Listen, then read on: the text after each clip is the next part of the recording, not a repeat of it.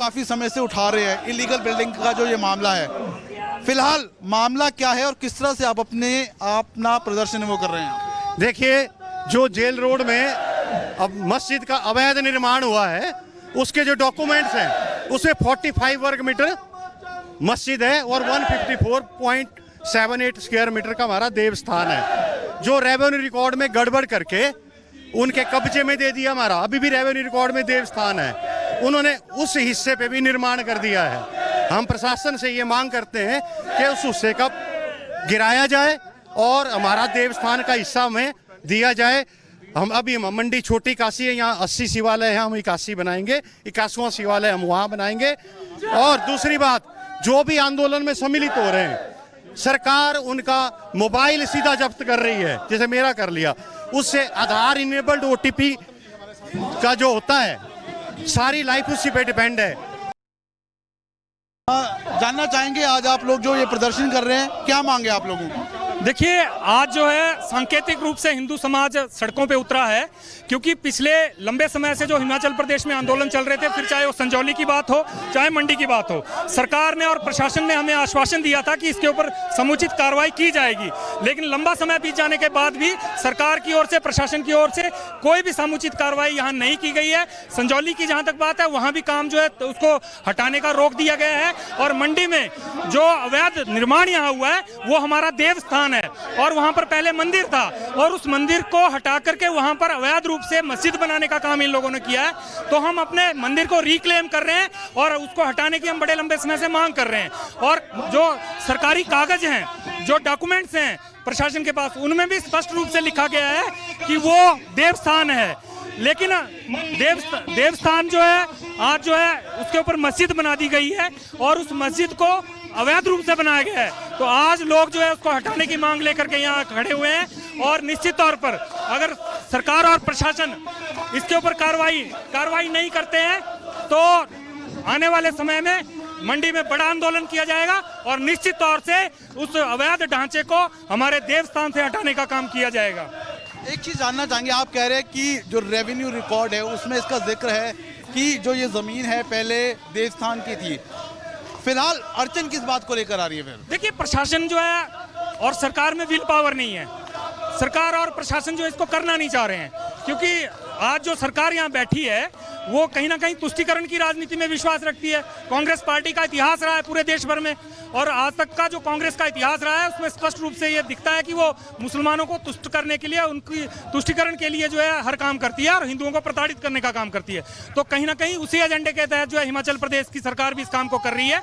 और हमारे देवस्थान को, जिसके ऊपर अवैध रूप से कब्जा किया गया, हमारे मंदिर को हटा करके वहाँ अवैध मस्जिद बनाई गई है, उसको जो है संरक्षण देने का काम आज सरकार कर रही है।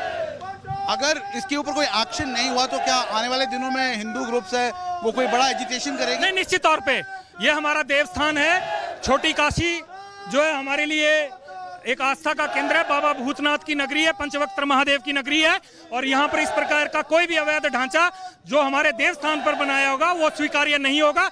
और अगर सरकार और प्रशासन इसको नहीं हटाता है तो हिंदू समाज अपने आप समर्थ है, वो करेगा इसको हटाने का काम। हमारे संवाददाता ललित हमारे साथ जुड़ गए। ललित, आप लोगों से बातचीत कर रहे थे, वही बातचीत हम सुन रहे थे, लेकिन मुख्य तौर पर ये मंडी जिसे छोटा काशी कहा जाता है, हिंदू संगठन लोग के साथ साथ स्थानीय लोग भी सड़क पर आ गए हैं। क्या कुछ मांगे रख रहे हैं? समस्या का समाधान कैसे बता रहे हैं? और इतनी बड़ी समस्या जिसको लेकर लोग बीते कई दिनों से आवाज उठा रहे हैं, सरकार इसको अनदेखा और दरकिनार क्यों कर रही है? निश्चित तौर से अगर हम बात करें, क्योंकि अगर हम आज के इस प्रदर्शन की बात करें तो सांकेतिक रूप से एक बार फिर से जो तमाम हिंदू संगठन है वो सड़कों पर उतरे थे। और अगर हम मांग की बात करें तो सीधे तौर पर मांग यही है कि जेल रोड पर जो अवैध निर्माण किया गया है उस निर्माण को जल्दी से जल्दी है वो गिराया जाए, जिसको लेकर है पहले भी इस बाबत है जो प्रशासन है उनके समक्ष मुद्दा उठाया गया था। अगर हम सितंबर महीने की बात करें तो 10, 13 और 28 सितंबर को हिंदू संगठनों ने छोटी काशी यानी कि मंडी में प्रदर्शन किया था। एक्शन नहीं हुआ, 1 महीने का समय दिया गया था और अवैध जो ढांचा बना है, अवैध जो निर्माण हुआ है उसको गिराने की बात कही गई थी। हिंदू संगठनों ने सीधे तौर पर कहा है कि जो वहाँ पर ज़मीन है वो देवस्थान की ज़मीन है और उसे वो हर हालत में लेके रहेंगे, जिसको लेकर है किसी भी तरह का अगर एजिटेशन है, प्रदर्शन है, वो करना पड़ेगा तो वो करने के लिए तैयार है। और आज का जो प्रदर्शन था वो सांकेतिक था, जिसमें तमाम जो हिंदू संगठन के लोग हैं वो छोटा काशी यानी कि मंडी में जो नेरी मंच है वहां पर एकत्रित हुए। उसके बाद उन्होंने पूरे जो मंडी बाजार है वहां पर एक मार्च निकाला, जिसके बाद उन्होंने अपना जो प्रदर्शन है वो खत्म किया। लेकिन सीधे तौर पर प्रशासन को चेताया है कि जब तक बिल्कुल देखिए ललित, मांग है उनकी कि जब तक कार्रवाई नहीं होती है उनका विरोध प्रदर्शन ऐसे ही जारी रहेगा। बहुत शुक्रिया तमाम जानकारी के लिए। तो एक तरफ देखिए हिमाचल में जबरदस्त तरीके से अवैध निर्माण को लेकर यहां पर आवाज उठाई जा रही है, लेकिन दूसरी तरफ हिमाचल सरकार को बड़ा झटका लगा है। जी हां, हिमाचल हाईकोर्ट ने दिल्ली के आपको बता दें कि हिमाचल भवन को अटैच करने का आदेश दिया है। तो दिल्ली में हिमाचल भवन को अटैच करने का आदेश हिमाचल हाईकोर्ट की तरफ से दिया गया है। आपको बता दें कि बिजली कंपनी को रकम न लौटाने पर अटैच का आदेश हाईकोर्ट की तरफ से आज दे दिया गया है। हिमाचल हाईकोर्ट ने बिजली कंपनी को हिमाचल भवन को नीलामी की प्रक्रिया भी शुरू करने के लिए कह दिया गया है। तो बिजली कंपनी को जो रकम चुकानी थी वो सरकार नहीं चुका पाई, हालांकि इससे पहले भी मोहलत दी गई थी, लेकिन सरकार उस रकम को चुका पाने में नाकाम रही, जिसके बाद आज हिमाचल भवन को अटैच करने का आदेश दे दिया गया है। और इसी बीच एक और बड़ी खबर आपको बता दें, कुर्की का आदेश हिमाचल के लिए शर्मनाक है। बीजेपी कहती है कांग्रेस ने हिमाचल की तार-तार कर दी है। बीजेपी बड़े आरोप लगाते हुए कहती है कि हिमाचल आज नीलामी की दहलीज पर है और जो एक रिस्पेक्ट थी, जो एक सम्मान था, इज्जत था, वो सब कुछ तार-तार कर दिया है कांग्रेस ने। कुर्की का आदेश हिमाचल के लिए शर्मनाक बता रही है बीजेपी। बड़ी खबर आपको बता रहे हैं क्योंकि हिमाचल भवन को अटैच करने का आदेश हाईकोर्ट की तरफ से जारी हो चुका है। मुझे लगता है कि जो हिमाचल प्रदेश की सरकार सारे विषयों को बहुत गंभीरता से नहीं ले रही है। 70 के करीब इनके एडवोकेट जो है, additional advocate, deputy advocate general, इस प्रकार की पोस्टों पर इन्होंने लगाए हुए हैं, लेकिन उनकी प्राथमिकता नहीं है सरकार को डिफेंड करने की। सरकार को डिफेंड करने के लिए सीपीएस के मामले में अगर देखते हैं तो दिल्ली से जो है वो वकील आते हैं और लगभग 6 करोड़ रुपए जो है उनकी फीस हो गई।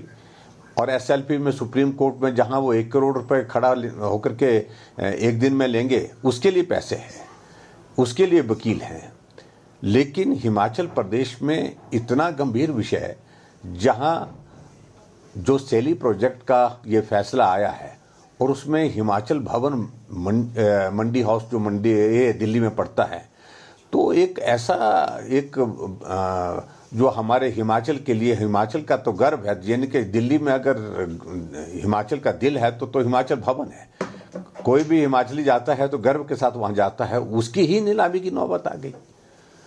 और वो 64 करोड़ रुपए का पैसा आगे बढ़ करके लगभग 150 करोड़ रुपए के करीब पहुंच रहा है।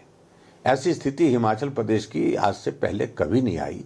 पहली बात, कोर्ट के मामलों को भी सरकार नहीं, मैंने अभी हाई कोर्ट का जो आदेश है उसको मैंने पढ़ा नहीं है। इट्स ओपन सर, लेकिन नहीं, कोई पढ़ा नहीं है। लेकिन अपफ्रंट प्रीमियम जो है वो एक पॉलिसी के तहत है, उस पॉलिसी में क्लियर है। हमने एक रिजर्व प्राइस पर मेगावाट जैसे 10 लाख रिजर्व प्राइस रखा था, उस पर उन कंपनियों ने बोली थी। उस अपफ्रंट के मामले में आर्बिट्रेशन से कोई फैसला आया। अब आर्बिट्रेशन के भी कई ऐसे फैसले आ रहे हैं जो बड़े चिंताजनक है, कानून की अनदेखी हो रही है। उसके खिलाफ हाई कोर्ट हमारी सरकार गई और सरकार ने उसमें जो 64 करोड़ रुपए आर्बिट्रेशन का था वो जमा कराना था। उसके बारे में मैंने अभी जानकारी प्राप्त की है। मैंने कहा है कि आप मुझे बताइए क्योंकि, और इस प्रकार के आदेश अगर आए तो उसके बारे में हम अध्ययन करेंगे। वो आपने गारंटीज दी थी जो आपने फ्रीबीज की हैं, उसका नतीजा ये है। आप किस तरह से देखिए, ऐसा है कि हिमाचल प्रदेश में बहुत से हाइड्रो प्रोजेक्ट्स हैं और हाइड्रो प्रोजेक्ट्स जब भी लगाए जाते हैं तो निश्चित तौर से